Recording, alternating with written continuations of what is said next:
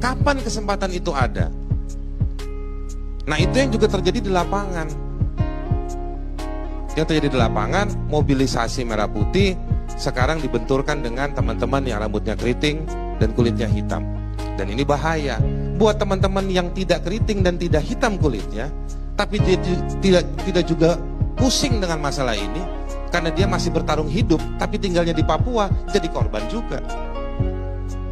Nah, kalau saya mohon maaf tadi Ibu Dewan, saya kurang sepakat kalau misalnya melihat yang punya toko dan lain. Memang antropologi orang Papua tidak buka toko.